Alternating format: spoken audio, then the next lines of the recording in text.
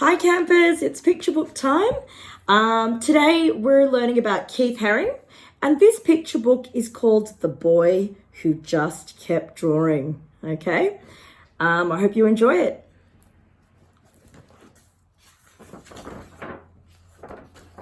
Keith Haring, The Boy Who Just Kept Drawing. There was a boy named Keith Haring. I'll just move that a bit closer so you can see. When he was little, his father taught him how to draw dogs, fish, and funny things. His dad would draw a line, then Keith would draw one, and soon the whole page would be full. From that time on, Keith never stopped drawing.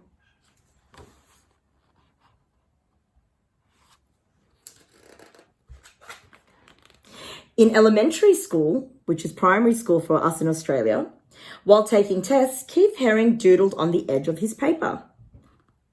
When he handed his work, his teachers would ask, "Why do you doodle on this important paper?" Keith didn't answer. He went back to his desk and just kept drawing.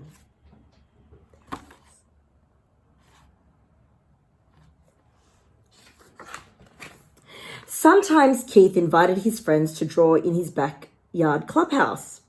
Keith made symbols and said each one represented a letter of the alphabet. His friends asked, "Why do you use symbols to write?" Keith drew more symbols.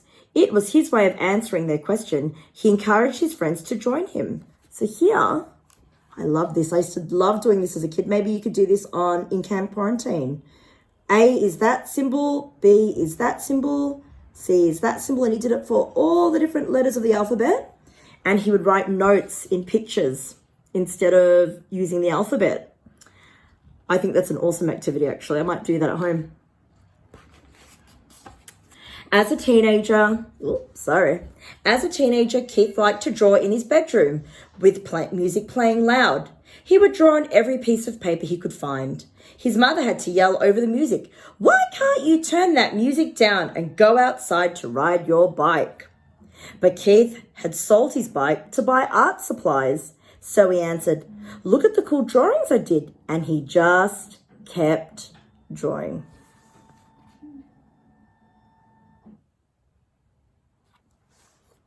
It's getting busy, this guy. Yes. When Keith was in high school, he won first prize for his art. A successful couple from town offered to buy his drawing. Keith said, "No thanks. If you enjoy my art, you may hang it on your wall, no charge." Keith's sisters were shocked. "Why wouldn't you take the money?" they asked. Keith shrugged. He just wanted to keep drawing. Look at his sisters. Sisters aren't very happy. Keith graduated from high school and went to the big city of Pittsburgh to a school that would teach him about art. There were boys on the street trying something new, breakdancing. There he is. He liked the crazy shapes of their bodies as they turned and flipped on the ground. While the music played loud, Keith started drawing wiggly lines. His teachers asked him, "Why are you drawing pictures that look like scrambled bodies? This is not what we told you to draw." Keith knew how to draw. He just wanted to draw in different ways. And he just kept drawing. That's right. I love this page. Keith moved to the huge city of New York when he was 20, so he could draw with other artists. He started to draw all over the city, on walls, on sidewalks, and on paper that hung on lampposts. His drawings were washed away by the rain or torn down by street cleaners. Other artists asked Keith, "Why do you draw in places where your pictures are erased?" Keith didn't hear them. He was searching for another wall so he could just keep drawing. There we go. Keith got a job delivering packages and sometimes rode the subway, which is the train station. Okay, Australian kids? One day he saw a panel of black paper on the wall in a station. He rushed outside to buy some chalk and came back and began to draw. The white chalk made bright, smooth lines on black paper. Day after day, Keith filled the empty panels in the subway stations with art. So that's just like in the other video I did. There was an example of his art. They were quite big and they were all done in chalk. Soon people who rode the subway were looking for the white chalk drawings. No one knew the name of the artist, but his drawings were easy to recognize. People asked him, "Why are you drawing here? What do your pictures mean?" Keith said, "What do you see? You decide what they mean." It's kind of like Pollock. He didn't want to tell people. He wanted them to just figure it out themselves, okay?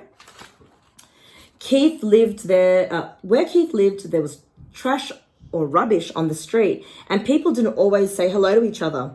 One day, he and his friends cleaned up 20 bags of garbage, of rubbish, in front of a long wall. Then Keith painted square faces with smiles and body shapes dancing upside down. There they are.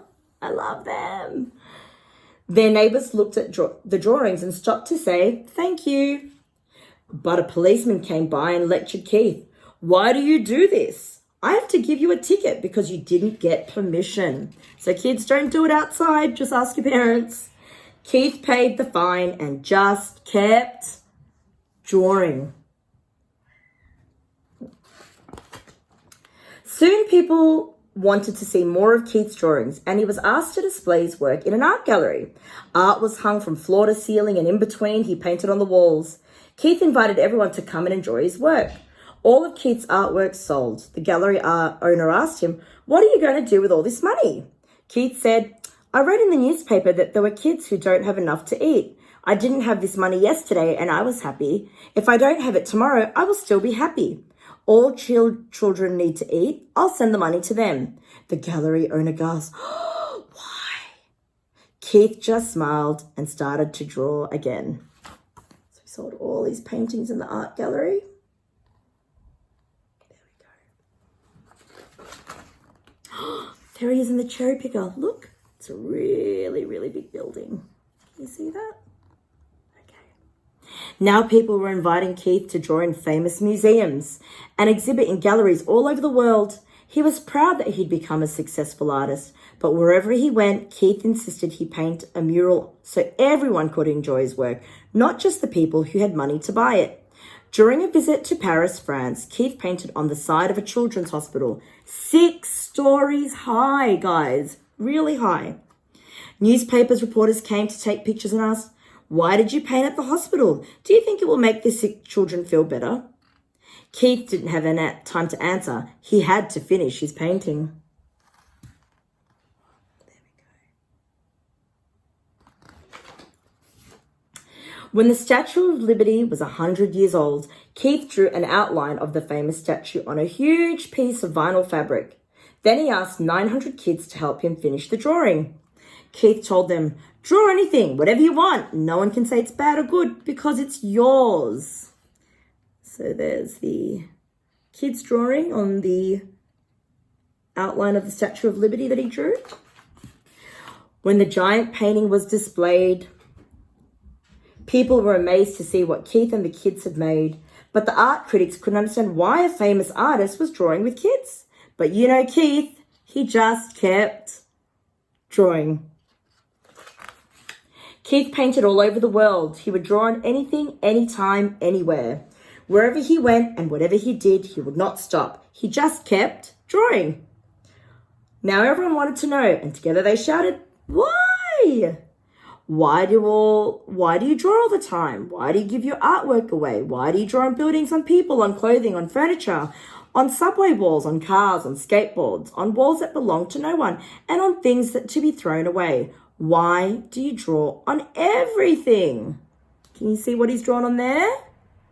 Can you see the bike, the wheels of the bike? An elephant, lots of drawing.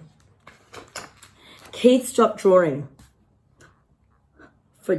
just for a moment and answered, "I draw all the time because there are many spaces to fill. I give my drawings away to help make the world a better place. I draw everywhere because everyone needs art." Then Keith turned back to the street, took a piece of chalk from his pocket, and just kept drawing.